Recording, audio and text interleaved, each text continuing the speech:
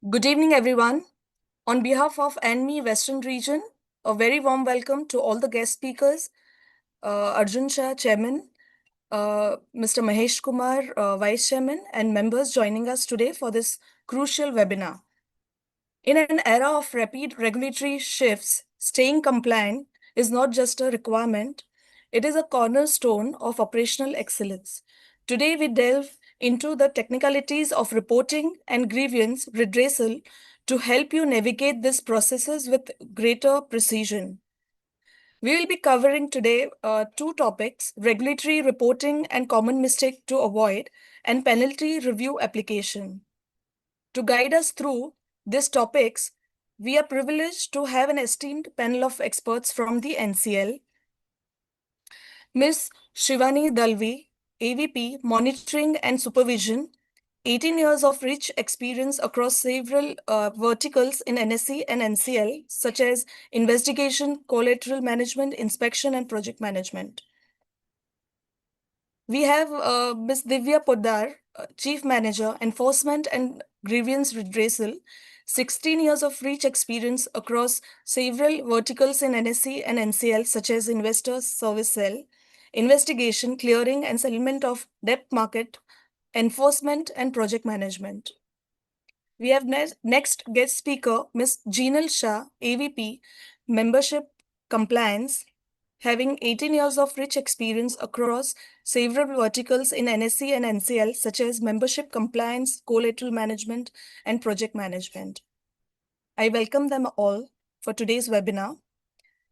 We also have with us today Mr. Ajay Darji, Mr. Naresh Savana sir from NSE, who will be available during Q&A sessions to provide further clarity.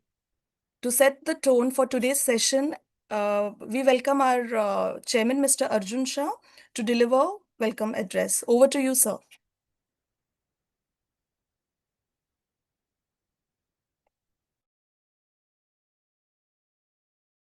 Sir, you are on mute, Arjun ji. Yeah, hi. Good evening, everyone. Thank you for joining us for this second series of webinars with NCL. Last week, we touched upon cash and non-cash collaterals and the allocation process. Today, we are focusing more on the segregation part because segregation is becoming increasingly a focal point for data mining between us and the MIs. Now, this is going to become a cornerstone for all offsite alerts. So today we look at the subjects of the common errors observed by the MIs during collateral and segregation reporting. Also, for short allocation reporting, we had only briefly touched upon this the last time. We're going to do a deeper delve on that. Second, a topic near and dear to all our hearts: how do we get our penalties back? The review application process, and also the ongoing membership compliances will be included in this. So over to you, NCL team. Please take this ahead. And one more thing, all your questions, we've got a lot of questions the last time.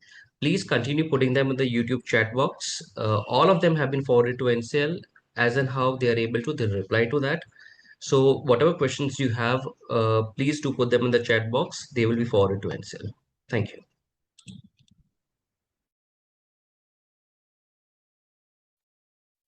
Yeah, good evening, everyone. Am I audible? Yes. Yes, very much. Yeah. Good evening, everyone. So today we will be covering the topics related to regulatory reporting and the common mistakes that we have observed during on-site and off-site inspection. Since we all are aware that there are penalties which are computed or levied for the discrepancies or non-compliances observed through the regulatory reporting. So we'll be touching upon the segregation reporting, allocation reporting, and mistakes that we have observed during on-site or off-site inspection. We'll also be touching upon the digital representation of penalty review request, and lastly, we will be focusing on the continued membership compliances. So to begin with, the first subject is the client collateral segregation report. which is a T+1 report. So we all are aware that SEBI, via its circular dated July 20, 2021, has prescribed the reporting of segregated client collateral balances to all the CCs. So we all the CCs went live with this reporting platform in October 2021. So penalties have been started since December 2021. So the format of the segregation reporting is prescribed by NCL. The revised format rather has been prescribed by NCL via its circular dated March 18, 2024.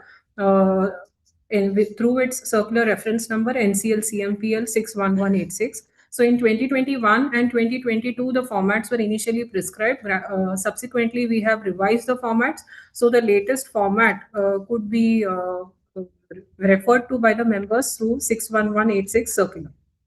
Now, the cutoff time to report the segregation report is T plus 1, up to T plus 1, 23, 59, 59 hours. The reporting has to be done in the new portal of NCL. So NCL recently went live with its own portal. So as all the members are aware that we had a smooth transition while moving from the old portal to the new portal. So we had given considerable time for all the members to have a smooth transition while reporting to the new portal. So with effect from September 2022 date 21, we have gone live with the new portal mandatorily done into the NCL portal with effect from September 2025. Moving ahead, the client collateral segregation penalty, we all are aware. So 50662 circular issued by NCL dated December 17, 2021 prescribes the penalty structure. So for any non-submission of segregation report, the penalty shall be computed as 0.5% on the amount of the EOD margin reported or peak margin reported, whichever is higher. Secondly, we also have a penal provision in place for any incorrect data which is reported in the segregation report. So the segregation reports are verified by the inspection team through their on-site or off-site inspection. So the numbers which are reported in the segregation report are checked by the inspection team. So if there is any inconsistency or any incorrect reporting is done, separate penalty structure is in place for the same. Moving ahead to the next slide, common observations for segregation reporting. So based on our experience, we have tried to put out some commonly observed scenarios wherein members have been levied penalty for non-submission of the segregation report. So firstly, the members' error code or own code, which is reflected in the margin files, which are MG12 or MG13 files. So generally members do not report the segregation file in the segregation file for these error or own code. So members are requested to note that the error or own code has to be reported in the segregation under the account type C, since these codes are also reflected in the margin files in the MG13 or MG12. So the reporting is required to be done in the segregation under account type C. The next is, it is very necessary for the members to recheck that all the records that they have submitted in the segregation report has been successfully uploaded. So against each record, there is a success or failure file which is given by the system. So if a record fails due to any reason, the reason for failure is also given. The validation issue is also listed out to the member. So members are requested to ensure that each and every record uploaded in the segregation file has been successfully uploaded. Further, it is also advisable that the members keep a record of any successful file in the system for any future reference. Although there would be trail in the portal, but it is advisable that member maintains a print screen or screenshot of the same. Moving ahead, if member wishes to rectify the data which is successfully uploaded, then the member needs to first delete the file and then upload the file again with the same batch number. Now, modification can be done by the members multiple times, but before the cutoff time. So before T+1, 23, 59, 59 hours, modification can be done n number of times. Now, many a times you have observed that due to certain issues such as the portal is not connecting, or some sign-in issues, or any technical issues which are faced by the members, they are unable to report the segregation report. So, in such cases, we would advise that the members are immediately required to report through email to the email ID member monitoring at nsecl.co.in, along with the screenshot of the error that is faced by them, because this helps us to take up immediately with our tech team so that this can be resolved, and immediately the file can be, once the resolution is received, the file can be uploaded in the NCL portal. However, in the meanwhile, the members can always give the file through the email, but it is necessary to remember that any email submissions shall not be considered. The submission has to be done in the portal. Moving ahead, in case of failure status, members have to correct the data as per the remarks provided in the file and re-upload the file with the same batch number with the correct data. Uh, in case of NRI clients, what we have observed is that since NRIs are permitted to give funds on T+1 day for paying purpose, so on T day we have observed a couple of cases where the members have not reported the segregation for such NRIs. So it is advisable that if it is advisable that you report the collateral balance as per your books of account. So if you have nil collaterals for T day, please report 0 against the respective NRI code in the segregation report. Or if you have collaterals or funds, you are requested to report the relevant amount of collaterals in the segregation report. Now, no delayed submission will be allowed in the portal. Reporting shall be done in cases where there is no end of the day margin requirement, but peak margin requirement for any client code is levied. Now, for example, in many cases we have observed that the members have done the early pay-in of funds or early pay-in of securities, so the peak margin requirement is captured. However, end of day margin requirement is 0. So members are required to note that even in such cases, they are requested to report the segregated client collateral balances in the T+1 report. Now, in case of a member undertaking only proprietary trades, or if the member is not holding any client collateral at end of day, then a one-time declaration needs to be given by the member stating that undertaking only prop trade or no client collateral held at the end of the day. Subsequently, if such member deals with the client collateral or engages with client, then the member has to start reporting the segregated client collateral balances. I would just request my colleague Shivani to take us further. Thank you, Divya. Good evening. As all of us know that regulatory requirement has changed to the regulatory reporting. So during the inspection, all the reportings have been verified. And as Divya said about the segregation reporting, along with segregation reporting, there are reason codes which are reported for the short allocation. So these two verification and analysis, what we have done during our on-site and off-site inspections, and what common mistakes we have observed, we have just listed down. So we'll just go through it. The first one is the segment-wise ledger balances reported in T+1 report does not match with the actual ledger balance provided at the time of inspection. So we observe that there is a mismatch. What members have reported in segregation report and what are the actual ledger balances. Segment-wise, there was a lot of difference. So it is advisable that members have to report the correct values segment-wise in the T+1 reporting as well. Then clearing members, they do not report the proprietary collateral in T+1 reporting. So it is advisable for clearing members also to report their proprietary collateral as well as the security deposit in the account type P in segregation reporting. The collaterals placed with CM as reported in T+1 does not match with the sum of collaterals retained by CM and collaterals placed with NCL. So basically this reporting, broadly we can say it is classified into three parts, like placed with CM, retained by CM and placed with NCL. So if the total collateral, if we add it like placed with CM, it has to be equal to retained and plus collateral placed with NCL. So there was a lot of mismatch while the reporting it was observed.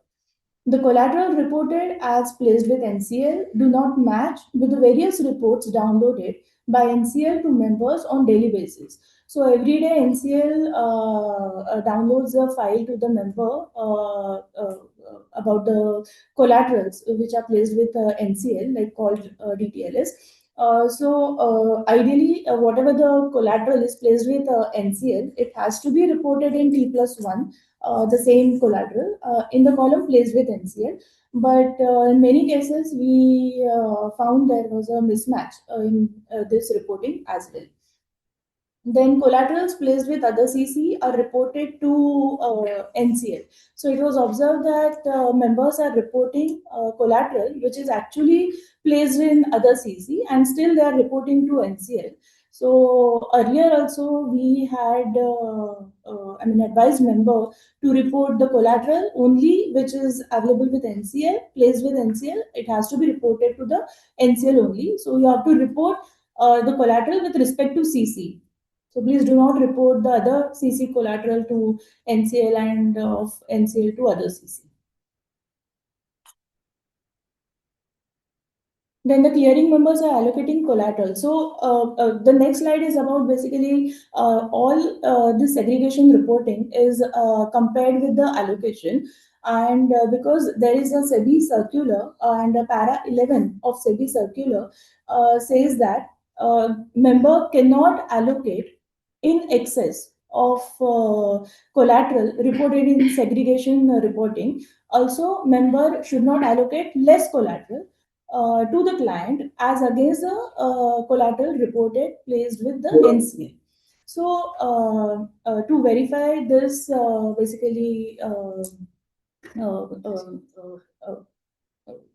uh, clause of the SEBI circular, we compare this allocation vis-a-vis segregation reporting, and in many cases we have observed that there is a mismatch that either members are allocating excess collateral or members are allocating less collateral. So few observations that why this is happening. So one of the major is suppose members are accounting their debit bill in the ledger, so they can take it advantage of for the peak allocation only, but by EOD allocation, because members are aware that it is a debit bill and it has to be debited from the ledger, by EOD at least members should deallocate to the extent of that bill so that your ledger and allocation will be parallel and there won't be any difference.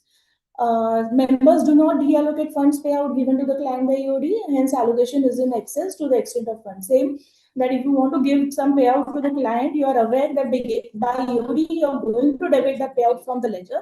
So what is happening that members are not deallocating. They are using it for peak allocation, but once you make the entry, debit entry, or you give the funds to the client, it has to be debited from the ledger, which they are doing it, but members are not deallocating that much of funds by the EOD allocation, and hence there is a mismatch in the ledger vis-a-vis the allocation.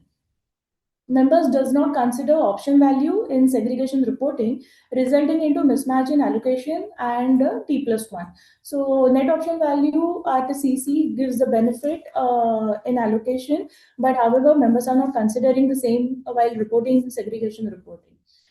So these are the basically mismatches in ledger and allocation. So what we are advising members that you have to adjust your allocation at end of the day with in line with your ledger. So suppose any entries, any JV entries, any STT brokerage, whatever entries you have to pass on in the ledger and whatever allocation you are doing by EOD, it has to be parallel so that there will be no violation of SEBI circular para 11, which says that there should not be excess collateral and there should not be lower allocation at the client level.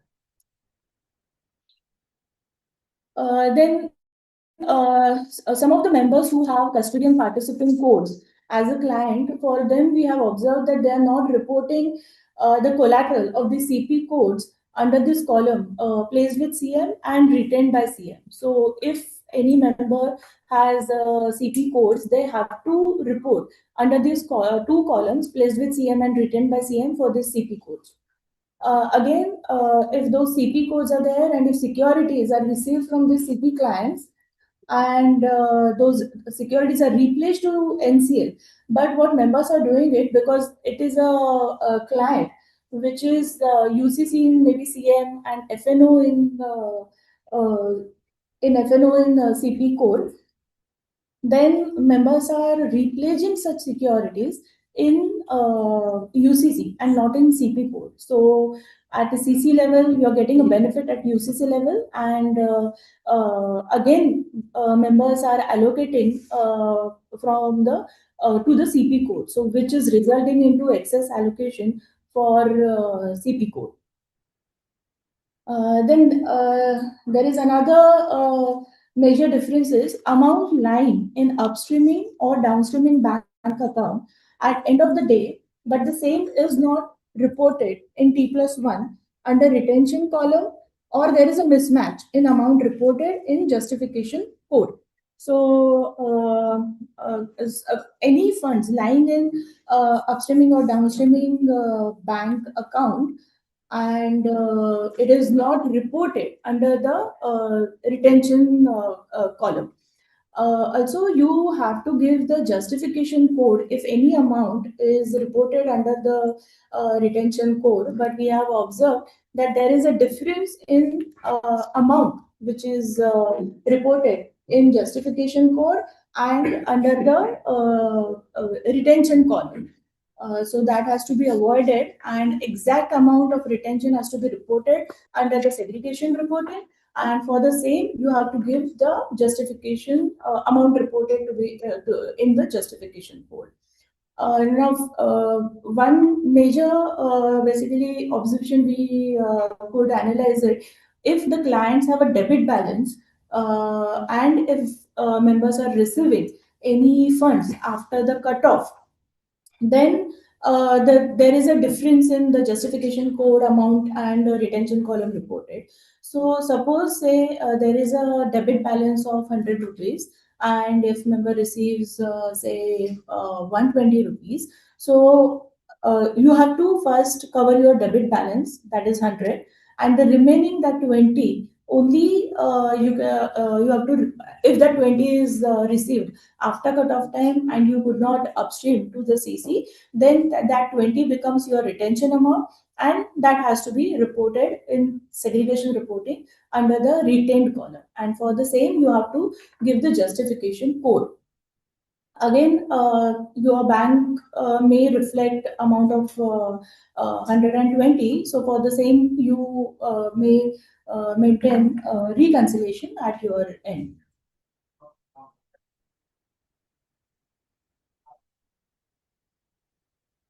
The next slide is about the short allocation of collateral. This short allocation concept, per se, it was explained in the last webinar conducted by NCL. So we will elaborate on the reason codes which are reported in the short allocation. And when NCL conducts the offsite inspection, we analyzes and verifies whether those reason code reported for this short allocation are correct or incorrect, and any discrepancy for any discrepancy, basically we seek the clarification from the member, and then it may be treated as a false reporting, or member's reply could be accepted. So these are the reason code from 1 to 7, and out of these reason codes, reason code 4 and reason code 7 is only for the capital market segment. So reason code 4 is trades done on behalf of NRI clients, and 07 is EPO funds done by the custodians. So these two are only for the capital market, and rest of the codes are across segment.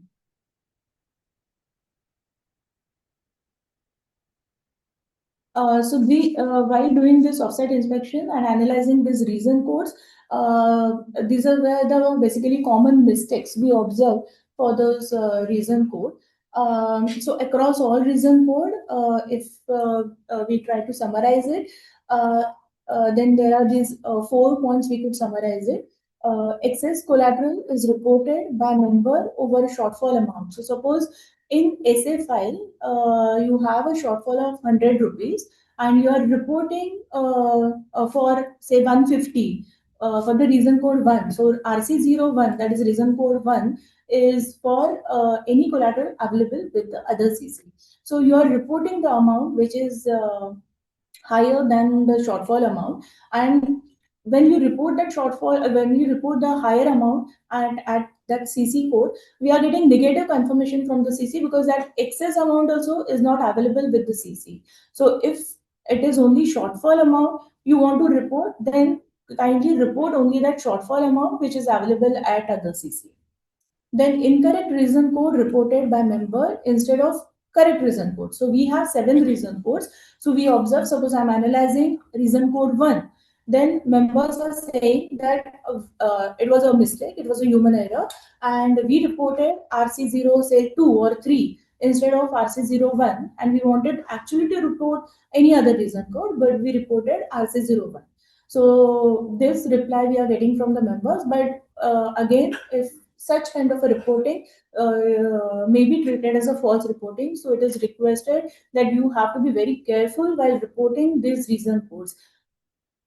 Then funds available but not allocated by a member. So what is happening that member is saying funds were available, but we missed to allocate. We forgot, and or somehow it was missed by the team to allocate it. But because it was some error and such kind of a reasons are not listed, you should not report any reason code for this reason, because if this is the case that you have missed allocation, then in SA you will have a short allocation and you have to accept the penalty. So if you report any other reason code just to avoid this penalties, then it will be treated as a false reporting. So if you have a genuine ground and if you have real reason that funds available but not allocated, still you should not report any other reason code. You'll have to take up the penalty, and you may approach NCL for further clarification. But do not report any wrong reason code because it will be treated as a false. For technical issue also, the same explanation goes, that because technical issue, there is no such kind of a reason. So please do not report any reason code in such scenario. You take a penalty and you may get in touch with the NCL team. So these were the common reason.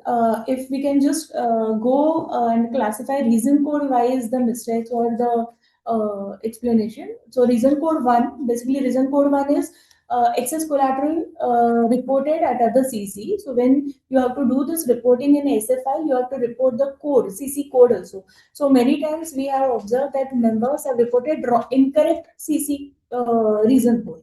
So in this case, what happened? That suppose you reported me instead of MCX, say ICCL, then I'll take the confirmation from ICCL, and in that scenario I get a negative confirmation, and hence it will be treated as a false reporting.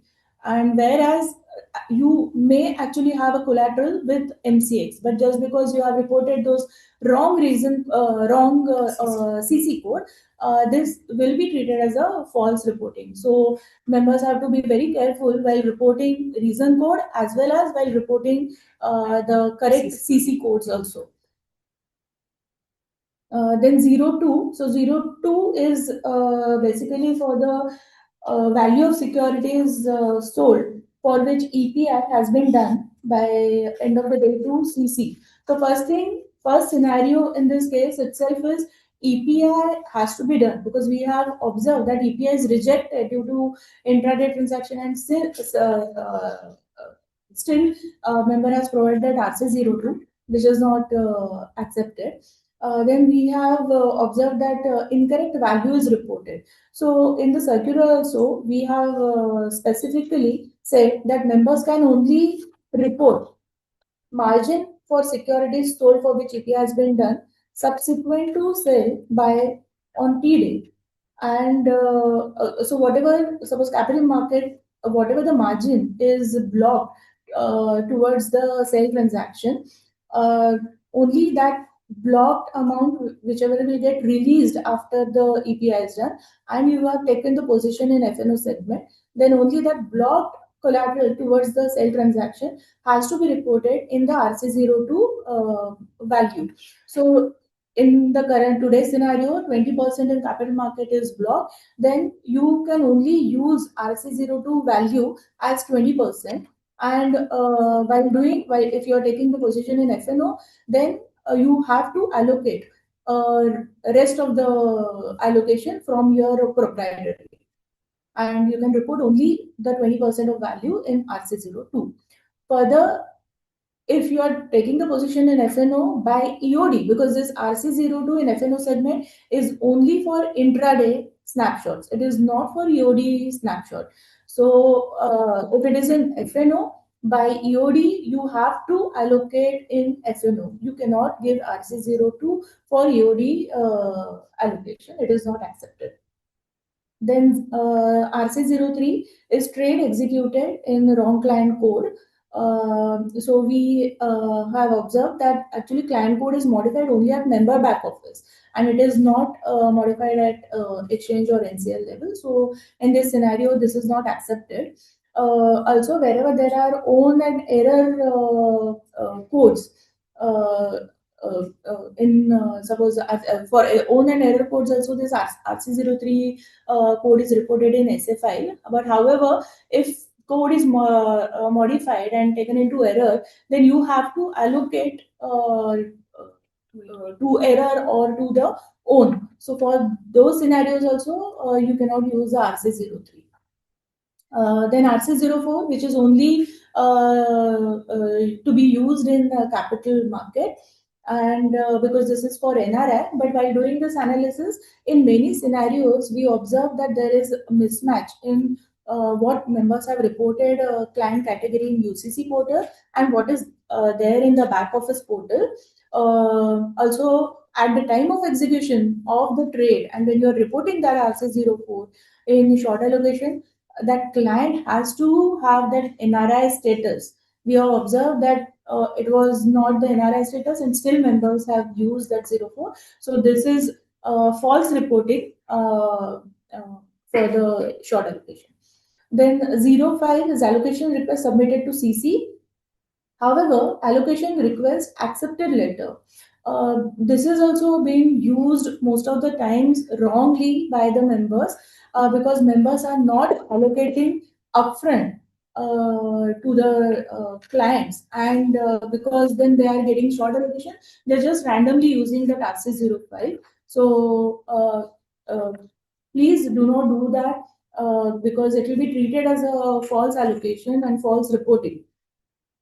Then even if there are some technical issues, and still just to avoid any that short allocation penalty, members are using that 05. Even allocation request, we observed that allocation request was rejected by CC, and still members have used that RC05. So in all this scenario, please do not use RC05, because it won't be accepted. It will be treated as a false reporting only. Then 06 is for securities are replaced by clearing number to CC in the depository, but not yet processed by CC. So in this reason code, when we were analyzing, one major error we observed, that if securities, like suppose non-approved securities you are accepted from the client, which you have not replaced and CC has not given benefit on it, so still members have reported RC06 for it. But for such securities, members have to do the allocation from their proprietary.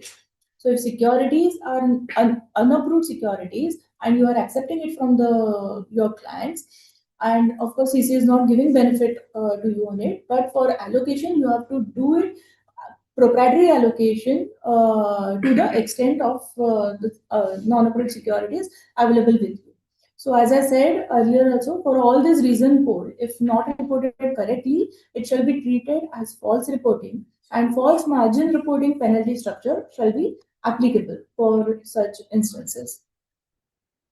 So this was for the all common mistakes what we observed during the inspection.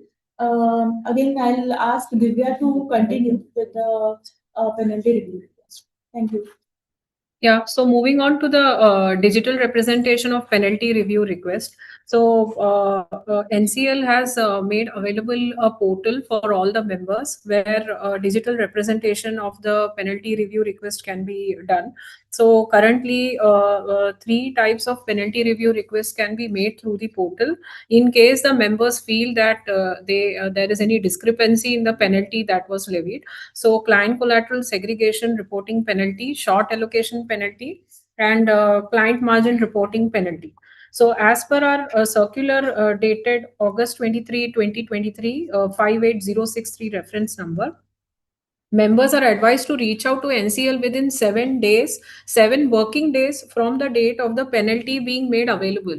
So all the members are aware that the short allocation or client margin penalties are made available to the members through the NMAS portal. Also, it is made available in the NCL member portal as well.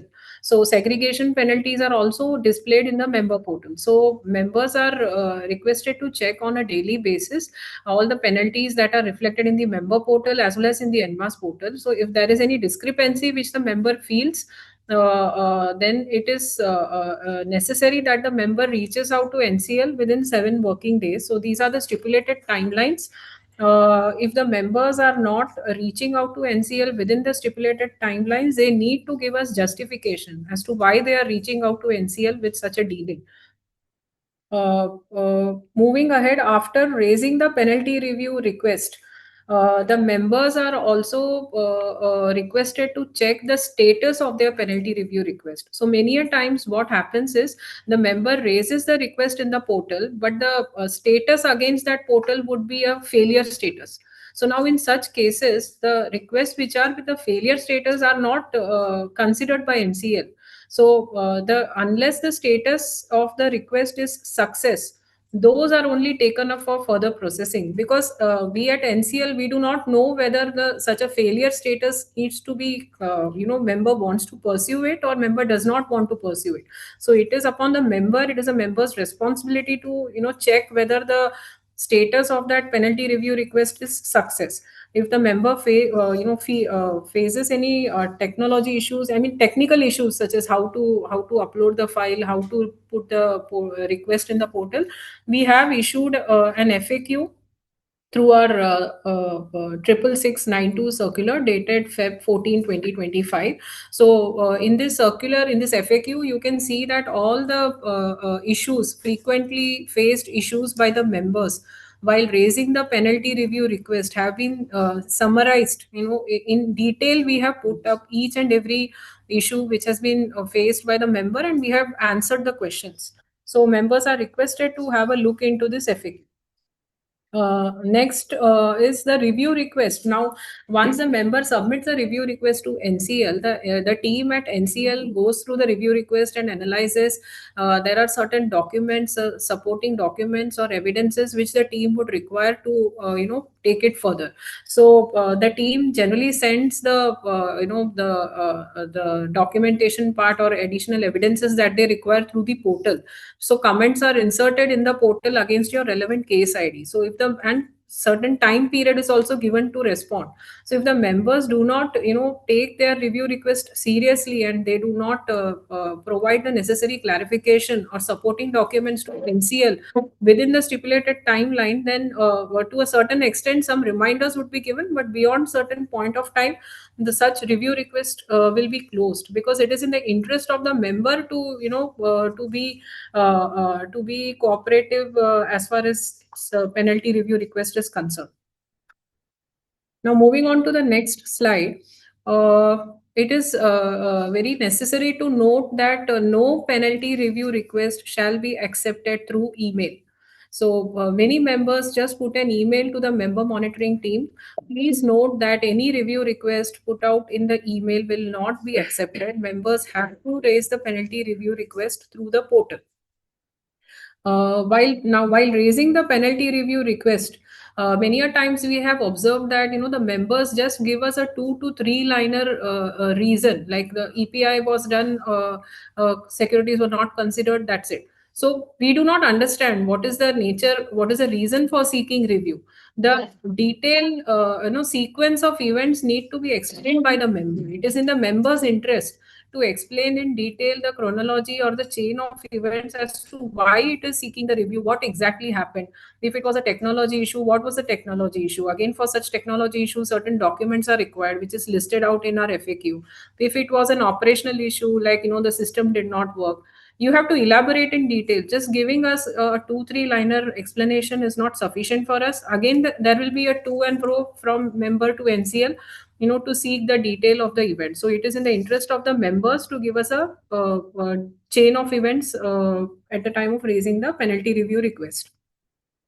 Now, while submitting the review request, it would be advisable. It is advised that the members provide us with their MG12 routine operational files like MG12, MG13 that they have reported, the penalty files which they get from NCL.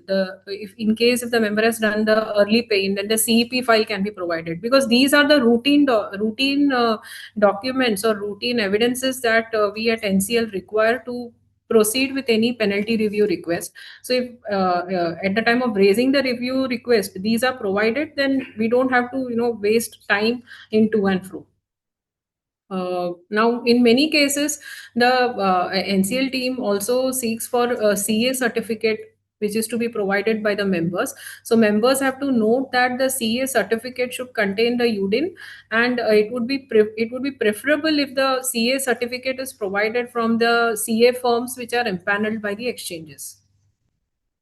Now, at the time of the client margin reporting or short allocation reporting on a daily basis, which the members do, we have observed a couple of instances where the files were uploaded by the member, but those were rejected with the reason code 03, which is some rounding off done due to some decimal changes in the decimal. So over here, we would just like to highlight that whenever you get any file from NCL, please do not alter or modify the data points which are given by NCL. You just need to add your reported values. So if you alter the figures which are details which are given by NCL, then again your file gets rejected because of the changes in the changes in decimal, and again penalty is levied. Then the members end up saying that I had reported the file, but the file got rejected. Then they come for a review. So all these small things a member needs to take care of.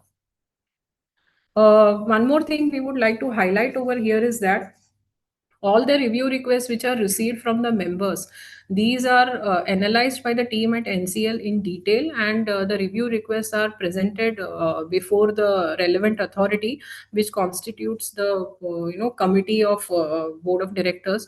So all the review requests are approved or rejected by the member committee, which the SEBI has given the powers to the member committee to either accept or reject the review request. So if the member submissions are not elaborate, those are not sufficient enough to consider as a genuine issue, the committee may not accept such review requests. Further, we have recently also received an approval from SEBI with regard to some rationalized penalties, which is also again in the interest of the member. So many a times at the time of reporting, like if a member forgot to report the segregation report, so a huge amount of penalty is levied by the system, which runs into crores and lakhs of rupees. So all the CCs have represented to SEBI, and SEBI has given a framework where for certain cases a rationalized penalty can be levied. So again, over here, there is a cap in the number of instances where the rationalized penalty can be levied. So every time the member cannot come and say that I forgot the file. So, every time this request cannot be accepted, and every time the member will not get the benefit of the rationalized penalty, there is certain cap put in the number of instances which SEBI has approved. Beyond that cap, the actual penalties will be levied, so nothing can be done from that perspective. Lastly, I would also like to say, as far as the penalty review request is concerned, like many a times we have observed that all the operational related issues with regard to reporting the short allocation file or reporting the client margin, file. All the operational nitty-gritties, if the members are facing any issues, they are sending emails to the member monitoring team. So we would request all the members to please ensure that all the operational errors or issues faced by the members at the time of the short allocation reporting or client margin reporting, there are separate operations team, the risk team, clearing team, or the relevant teams for which to which you have to reach out. You have to reach out to the member monitoring team only if you want to seek for a review of your penalty. That too, it has to be through the portal. So this is it as far as the digital representation of the penalty review request is concerned. I would just request Jinal from our team to take forward the session with regard to the continued membership compliances. Good evening, everyone. This is with respect to, we've got a couple of slides with respect to the continued compliances that as a member we require. So all clearing members, self-clearing members, as well as professional clearing members are required to submit their half-yearly net worth certificate on the NCL portal. We have a separate NCL portal where the submissions are required. So these are half-yearly. One is as on March and as on September. There is a 2-month window open wherein the members can submit their net worth submissions. Next is with respect to the annual return submissions. So they have to be submitted by October 31st. So the current submissions that is there for March 24-25 are ongoing because we've received certain extensions, basis which the window is open till 31st January. So we request all registered members to please complete their submissions of annual return. Further, there are submissions with respect to the associate of members. So we have a circular that we had issued on June 28, 2024 with respect to the ongoing submissions, which refers to also the associate details which the members are required to submit to NCL, and any changes in those associate details are also required to be reported to NCL within 7 working days. Further to that, as a clearing member, the SEBI stockbroker regulations prescribes fees, that is the annual clearing membership fees, which is paid to SEBI.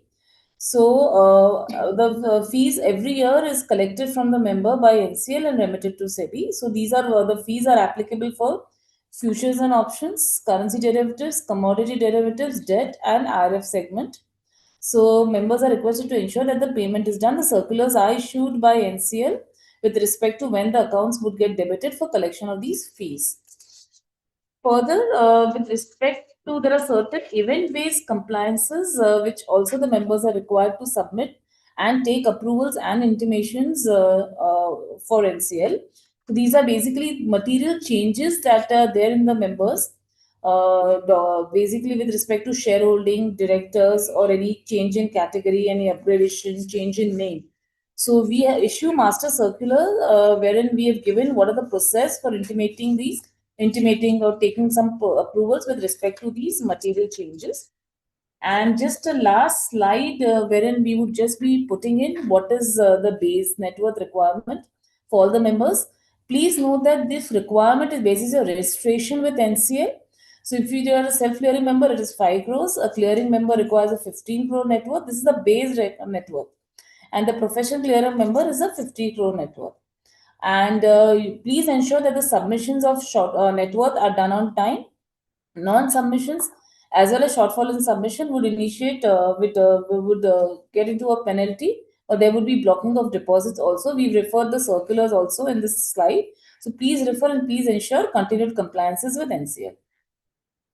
Okay, and that's how we come back to the end of this slide. And just we've got the NCL website which we've just displayed on the screen. In the membership portal, we have all of these details that we've spoken to about the admission, the ongoing membership compliances, whatever compliance are there. There is a separate page on the NCL website under membership where you can refer to all of these details. Thank you. Would just like to add one more thing. CCs, all the CCs are in the process of revisiting their uniform penalty structure, unlike same in the lines with the exchanges. So the revised penalty structure will be is under discussion, and all the CCs will be issuing a circular to this effect after getting the relevant approvals from SEBI. Thank you.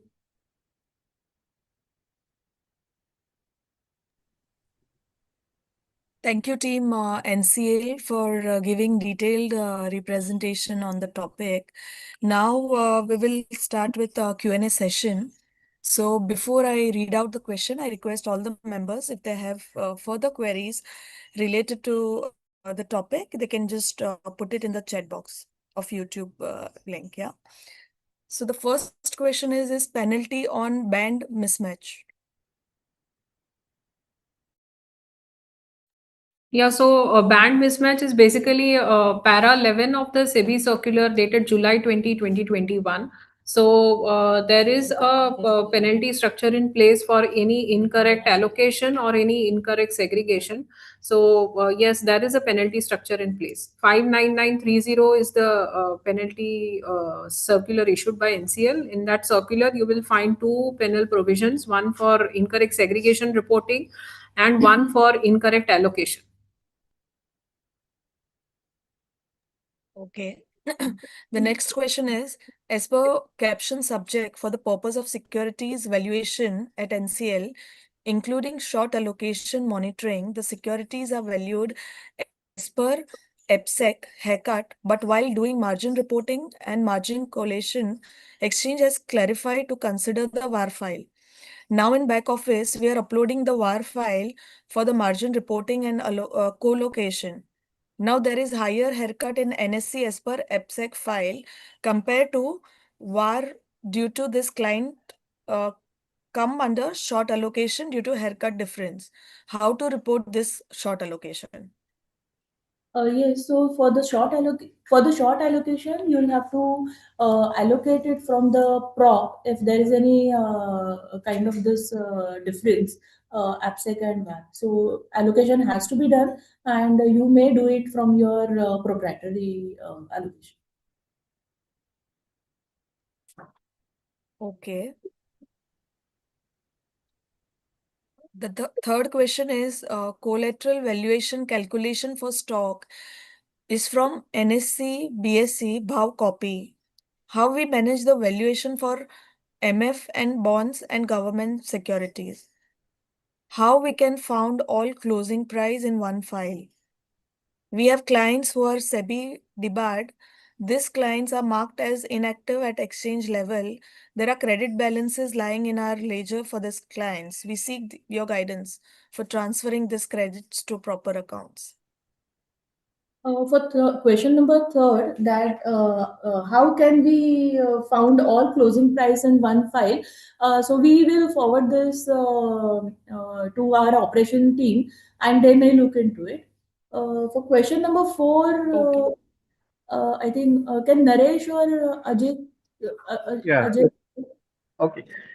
So, uh, if you have seen the one of the consultation papers SEBI has issued, I think a few months back, where they have proposed a mechanism where the broker can park these unclaimed funds and securities as well to one of the designated stock exchange. So that consultation paper has already been issued.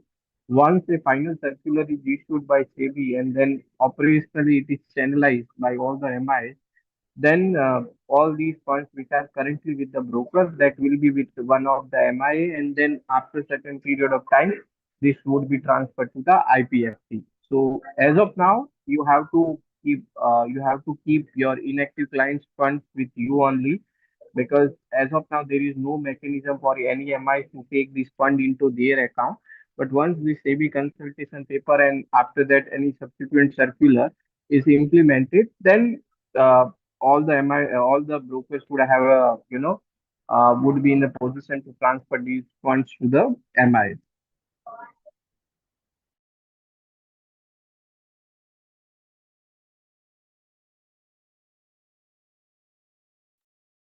Okay, thank you. Have we covered fourth question as well? We have clients who are SEBI debarred. I think that was the question, right? The SEBI debate and they have the funds, right? Yeah, correct. Yeah. So Oh, same question. okay, thank you.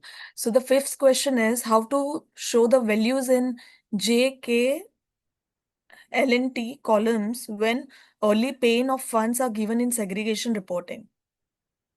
Yeah, so I think we have issued a circular wherein we are saying that early paying of funds has to be reflected under received by the member and passed on to NCL.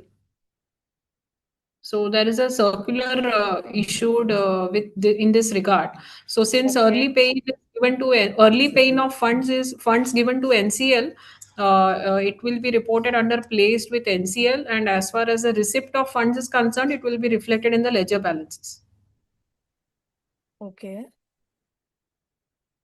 So the next question is, client has the credit balance of rupees 1000 and client sold the stock for the value 10 lakhs and stock was given for early paying immediately. Against this EPI value, client bought the same stock and the quantity. In this case, JK and LNT columns other than credit balance, what are the values we have to show in segregation reporting? Note no positions by EOD. Please brief us about the OFS in segregation reporting.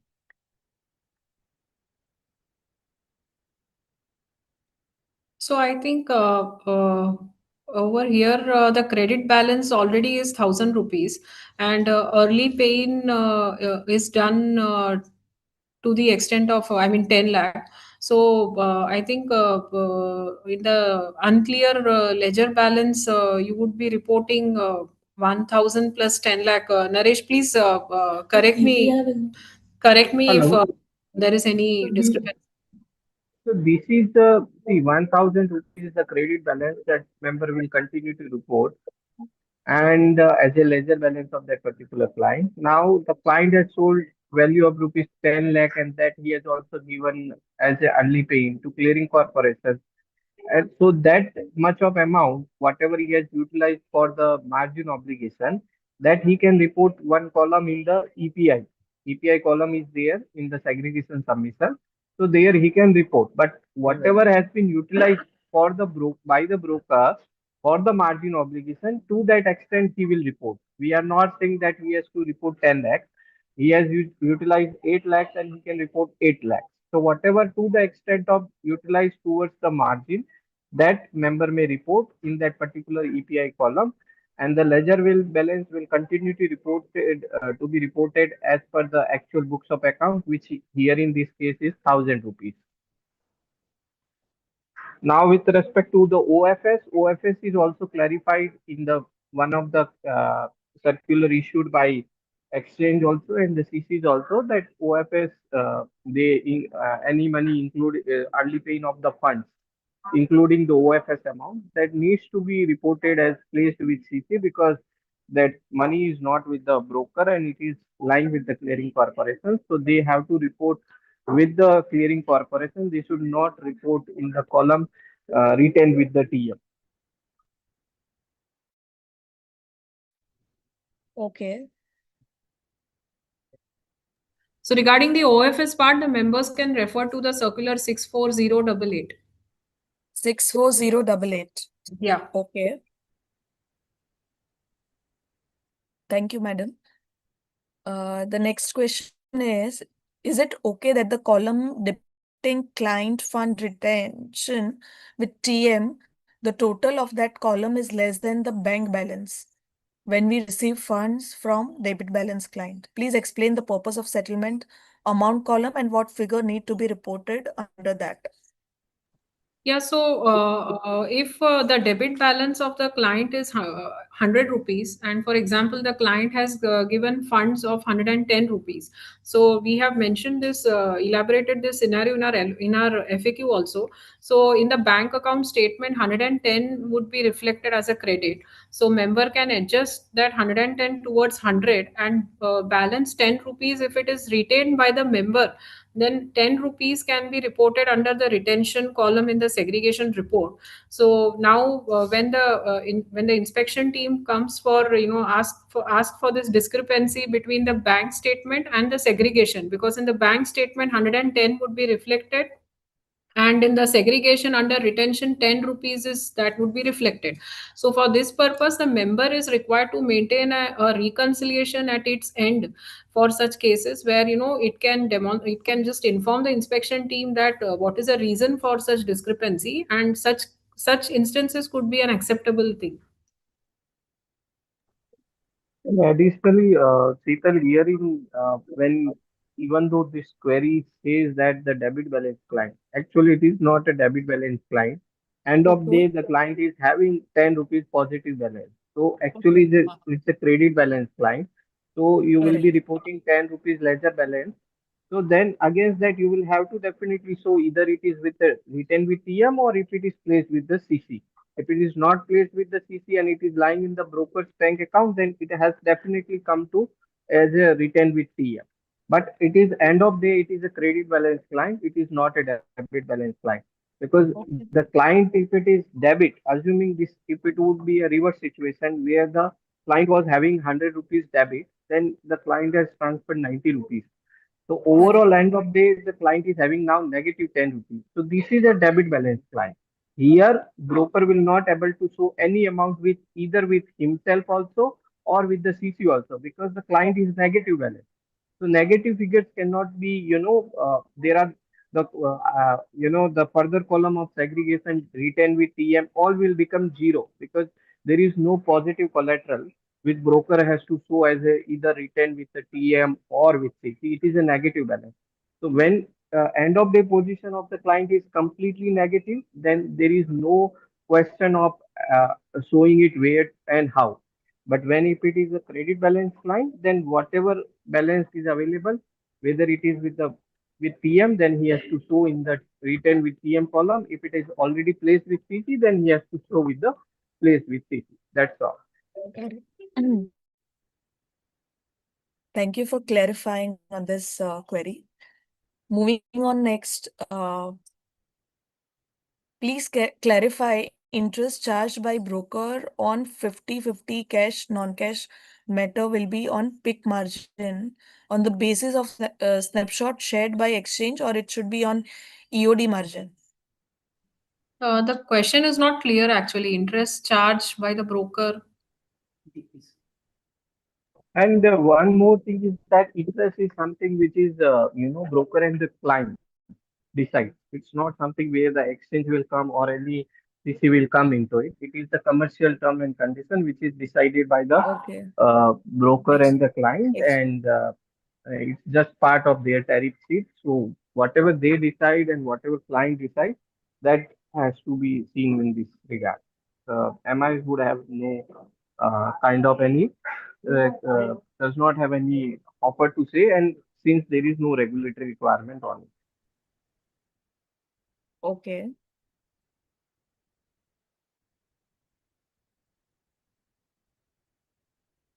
Uh, Member does not consider option value in segregation reporting. Can you please explain in detail regarding this?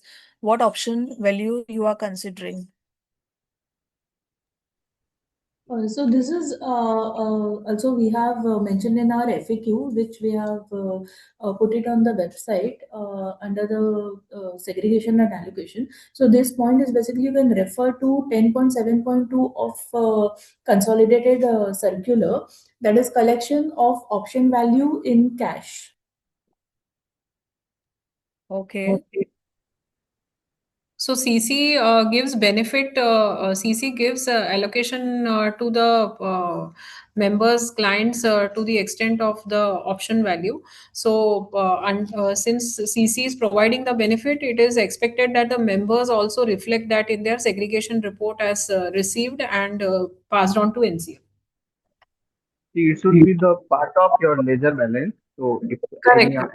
any option value which is available with the CC, that is actually a ledger balance of the client. So it should be part of the ledger balance. So once it becomes a part of ledger balance, then in next column of the segregation, it has to be allocated as per the validation CCs have also put and as clarified in the various circular issues from time to time.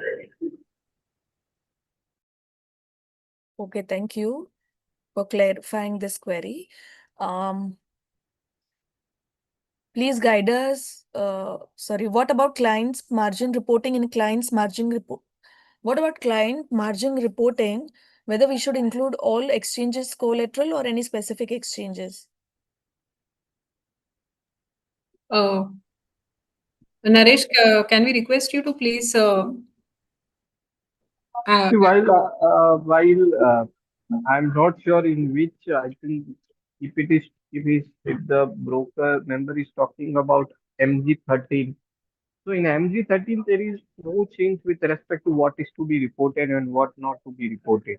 So if the member has currently whatever practice which is there since beginning means, and as per the rules that has to be followed. In last couple of years, in last many years, there has been no change in the reporting of MG30. So if the question because here I could not see the question pertains to with its whether it's reporting short allocation or it is MG13 reporting. But if at all if it is of MG13, then there is no change in last couple of years. So whatever has been currently being reported, that process broker has to follow. Only thing is that what we have to see is that if they have collected the margin, they should report as a collected, and if they have not collected the margin, then that equivalent amount of not collected amount should be reported as a shortfall. Because if at all if it is identified during inspection, then it would attract more higher penalty than reporting at upfront to CC.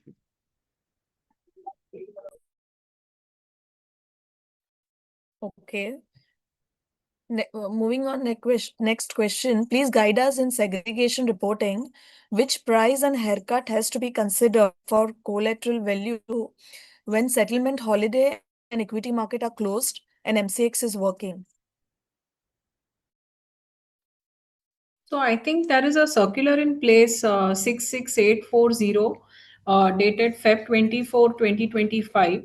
So it says that the VAR margin rate of the security at the beginning of T day. The member shall compute the value of securities as per the closing rate on T minus 1 day as reduced by the appropriate haircut at a rate not less than the VAR margin rate of the security at the beginning of the T day. So I think this query is addressed, or if it is not addressed, then please somebody can just elaborate. Okay.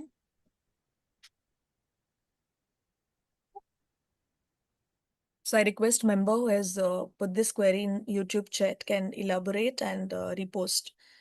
Thank you.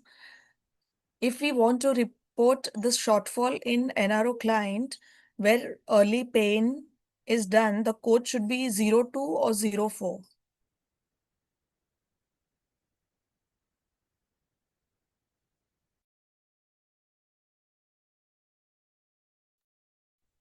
So if early paying of securities is done, then the applicable reason code is 02. Okay, thank you.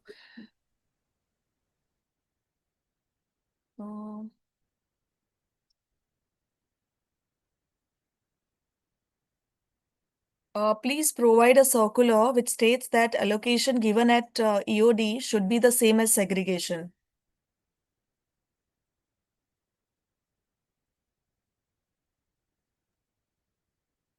So SEBI circular for segregation and allocation itself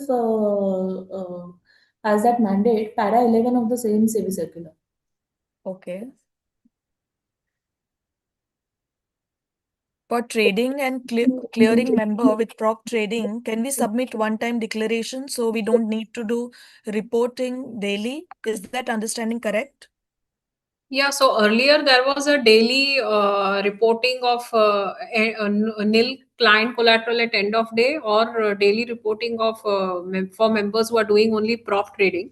So in view of the ease of doing business, we have issued, all the CCs have issued a circular saying that only one time reporting, one time reporting can be done for such for giving such declaration. However, if the member engages into any clientele trading or deals with any client collateral, then it has to start reporting the segregation report.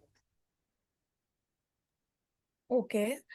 Next question is, can member release a margin block for MTF stock after selling the stock on TDA? And can clients take cash, FNO and MTF position against release of margin without EP? So EPI is only applicable for non-MTF. It is not for MTF. And for MTF related rules and regulations, member has to specifically refer the MTF circulars and the FAQs issued by the exchange from time to time. The EPI benefit is only applicable in non-MTF cases, and MTF is purely governed and by the specific rules issued by the exchange and SEBI from the time to time. And this EPI benefit is not applicable as of now for transactions being carried out in the MTF.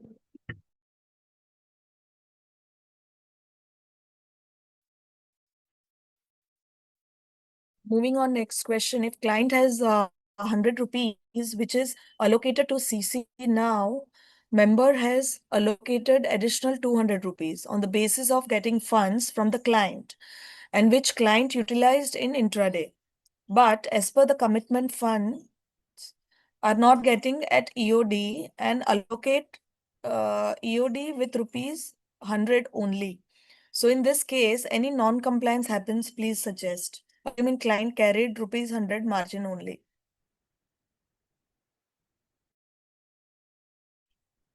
Yes, definitely it is non-compliance because allocation has to be in line with the collateral availability. So this shall be treated as a false allocation. Okay. Shital, I think one question we missed in the about chat. One question was raised as to what is the penalty for false. Reporting in short allocation. Can you refer the circular for the same? Yeah. Yeah. So it is the circular issued by NCL in December 2019. We'll just give you the reference number. Just it is 42946 issued by NCL. Okay. Thank you, ma'am. Can we move on to next question? Client have 1 lakh ledger balance and sold stock rupees 5 lakh. EPI not done, for which 20% we had allocated 1 lakh to cash segment, but client took FNO position with help of 1 lakh. So how can we report in this scenario, which is ledger and CM margin requirement can be taken care by RC 0202? See, here in this case, if the client have 1 lakh ledger balance only, then the margin and he has sold the stock of 5 lakh. So 20% margin would come of 5 lakh would be which would be 1 lakh. So 1 lakh is only having the ledger balance. So that 1 lakh is already utilized for selling the stock. Now, if the broker has allowed client to take a F&O position without doing EPI of those sold securities, then it is not in accordance with the exchange circular. It is the case of incorrect reporting of it is not a collection of sufficient margin. So here member has to see that they first need to collect the margin, and if they are giving further exposure on the basis of sold securities, then member has to ensure that the sold securities are first the early paying of these securities are done. Then the entry of early paying should be posted in the ledger, and it should be accepted by the depository. Thereafter, members should allow client to take further exposure either in cash market or F&O, without which it would not be treated as a margin collection. So here in this case, I would see that it is not in the requirement of the circular which we have issued. So member first to have to comply with that. If at all member has not complied, then this is the case of non-collection of margin. Okay, thank you, sir. Moving on next, in segregation, if the client pays the initial margin in cash, and because of that, client MTF ledger is in credit, what to show in segregation credit ledger or debit ledger after including bill value? See, if somebody who has paid margin in cash and because of MTF ledger is credit, ideally the MTF ledger generally does not remain in credit. It may remain credit on the first day only when you and somebody new client is first time doing the trading in MTF, then he might have given uh, MTF cash collateral in advance. Then in that case, on the T date, the member may have a positive balance of that client in the MTF cash book. But this is the MTF cash collateral. So they has to report in there is a column in the segregation submission, MTF cash collateral. So they should report in the MTF cash collateral 20 and whatever position if the client has taken today or tomorrow, uh, then he would also be reporting that MTF funded ledger balance, which is also there in the segregation submission. So currently the ledger balances are reported in two with two flags. One is non-MTF, second is MTF. So whatever MTF balance is there in the funded book, in the funded ledger, that balance he can report in the MTF with the MTF flag, and this whatever the cash collateral which he has collected, that needs to be reported in the cash collateral column. There is a one separate column is that, so in that column he has to report that. But if that collateral is also on T plus 1 day, if it is also used by the member for paying also, then he will not report because that will be that has been given to CC and that has been used for paying. So on T plus 1 also, if it has been used for the settlement obligation, then he will not report, and he will report only when it is available in the member books of account and that has not been used for making any paying obligation.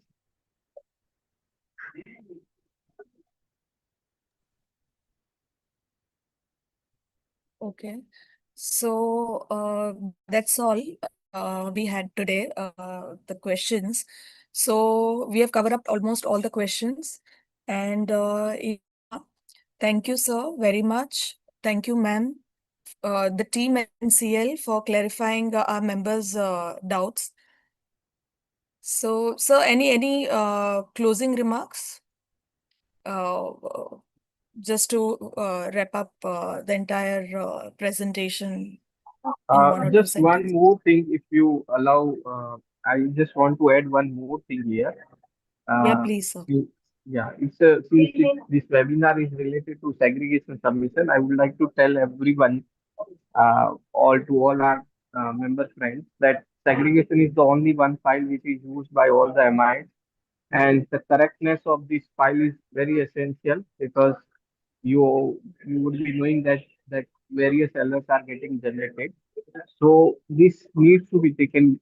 This needs to be seen very closely. Whatever data is being reported, just simply not rely on the what back office vendor is submitting. You please also see whether everything is properly reported in the segregation submission.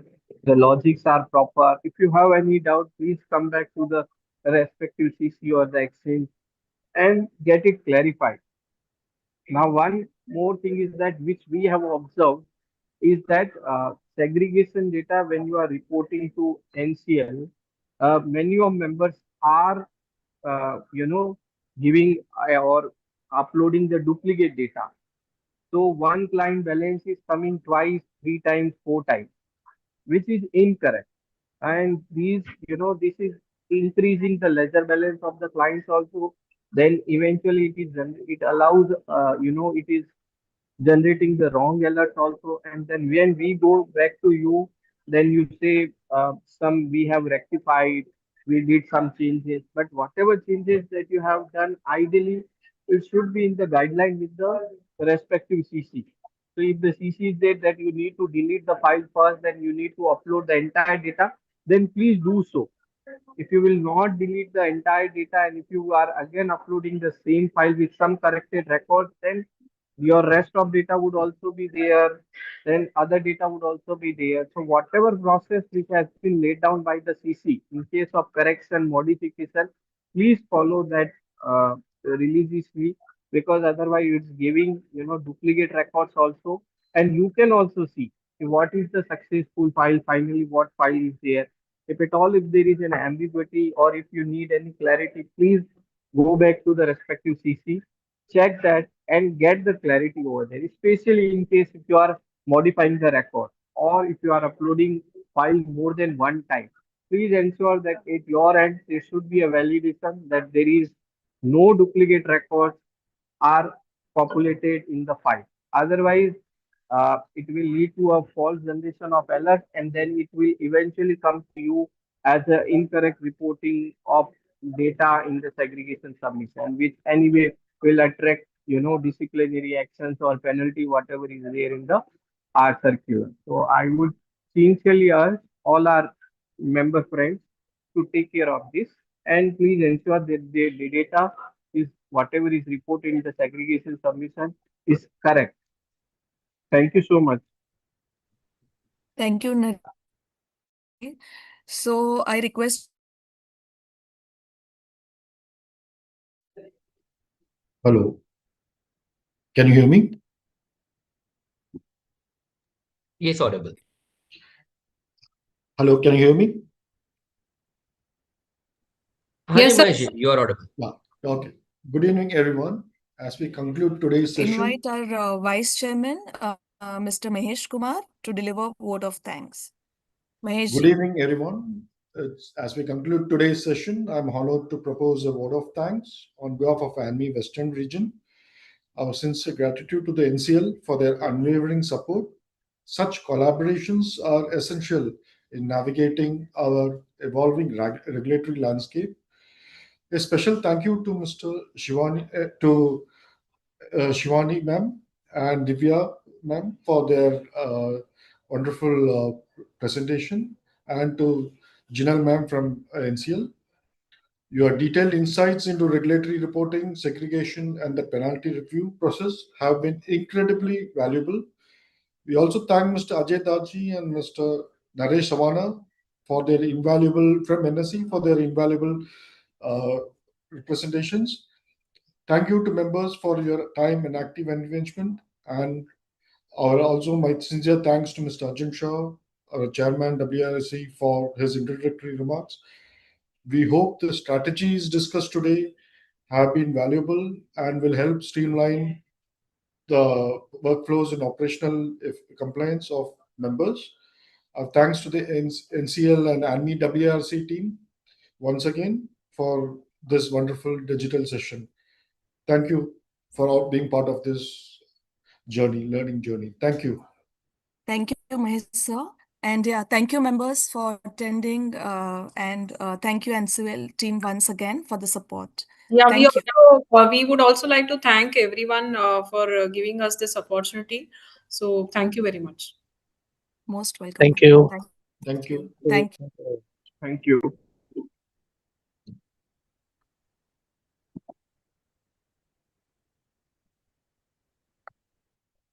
ये तो सबसे बड़ी file है, इसमें ही बच्चे मारते इधर ज्यादा बंदे तुम लोगों के, इधर ही तो पंगा है सबका।